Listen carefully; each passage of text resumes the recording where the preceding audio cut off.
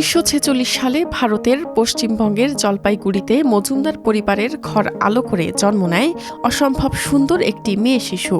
তার নাম রাখা হয় খালেদা খানম পুতুল। কালের বিবর্তনে সেই পুতুলই হয়ে ওঠেন বেগম খালেদা জিয়া। নির্বাচিত হন বাংলাদেশের প্রথম নারী প্রধানমন্ত্রী হিসেবে। তিনি এদেশের রাজনীতিতে আপসহীন নেত্রী।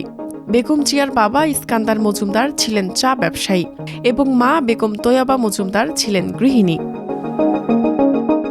খালেদা জিয়ার স্কুল জীবন শুরু হয় ৫ বছর বয়সে দিনাজপুরের সেন্ট জোসেফ কনভেন্ট মিশন স্কুলে। দিনাজপুর সরকারি বালিকা উচ্চ বিদ্যালয় থেকে ১৯৬০ সালে ম্যাট্রিকুলেশন পাশ করেন তিনি। সে বছর ৫ আগস্ট তার বিয়ে হয় তৎকালীন পাকিস্তান সেনাবাহিনীর ক্যাপ্টেন জিয়াউর রহমানের সঙ্গে। বিয়ের পর থেকে তিনি পরিচিতি লাভ করেন মিসেস জিয়া নামে। জিয়াউর রহমান ও খালেদা জিয়ার প্রথম সন্তান তারেক রহমান ১৯৬৫ সালের ২০ নভেম্বর জন্মগ্রহণ করেন, আর তাদের ছোট ছেলে আরাফাত রহমানের জন্ম হয় ১৯৭০ সালের ১২ আগস্ট। ৭১-এ মহান মুক্তিযুদ্ধ শুরু হলে দুই সন্তান সহ চট্টগ্রামে আত্মগোপনে থাকেন খালেদা জিয়া। এক পর্যায়ে ঢাকায় চলে আসেন। ২ জুলাই সিদ্ধেশ্বরীর একটি বাসা থেকে পাকিস্তানি সেনারা দুই ছেলেসহ খালেদা জিয়াকে বন্দী করে। ১৯৭১ সালের ১৫ ডিসেম্বর পর্যন্ত খালেদা জিয়া, তারেক রহমান ও আরাফাত রহমান ঢাকা সেনানিবাসে বন্দী ছিলেন। দেশের লোক তো গরিব। ১৯৮১ সালের ৩০ মে বিপথগামী কিছু সেনা কর্মকর্তার হাতে চট্টগ্রাম সার্কিট হাউসে নিহত হন তৎকালীন রাষ্ট্রপতি জিয়াউর রহমান।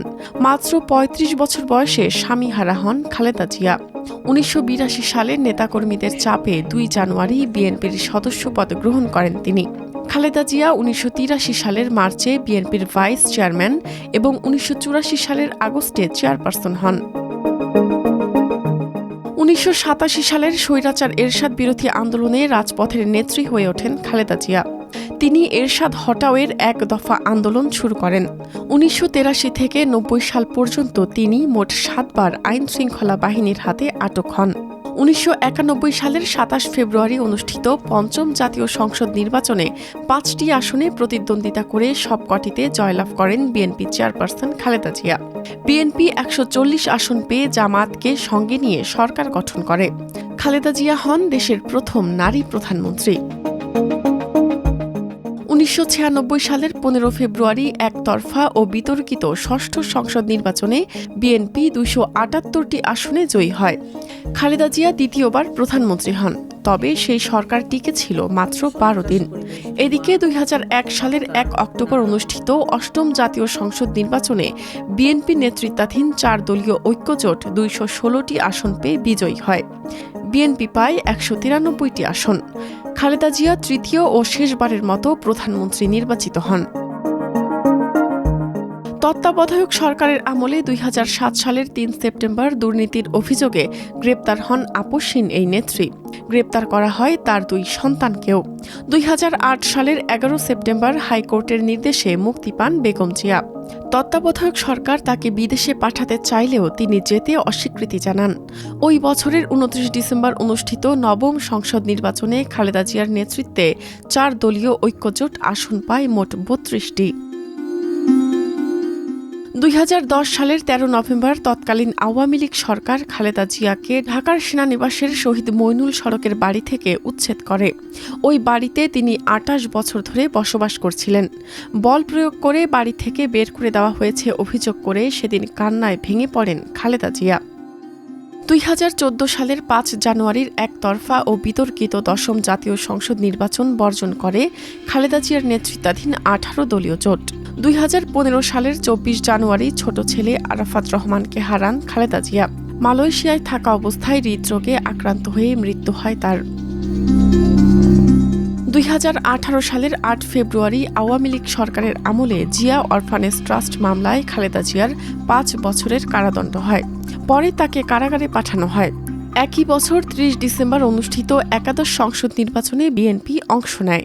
তবে রাতের ভোট হিসেবে পরিচিত ওই নির্বাচনে বিএনপি পায় মাত্র ৭টি আসন। ২০২০ সালের ২৫ মার্চ সরকারের নির্বাহী আদেশে খালেদা জিয়ার সাজা স্থগিত করা হয়। হাসপাতাল থেকে তিনি বাসায় ফেরেন, তবে তার রাজনৈতিক কার্যক্রম নিষিদ্ধ ছিল।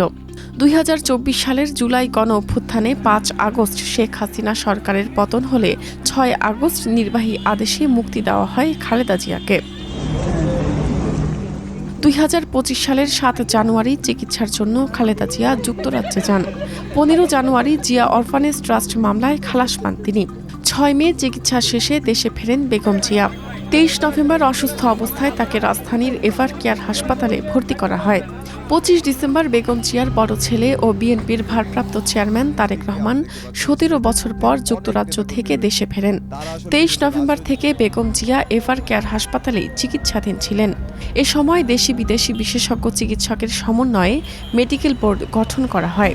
হাল না ছাড়া এই নেত্রীকে উন্নত চিকিৎসার জন্য বিদেশে নেওয়ার চেষ্টা করা হয়, কিন্তু তার শারীরিক অবস্থা সংকটপূর্ণ থাকায় তাকে বিদেশে নেওয়া সম্ভব হয়নি।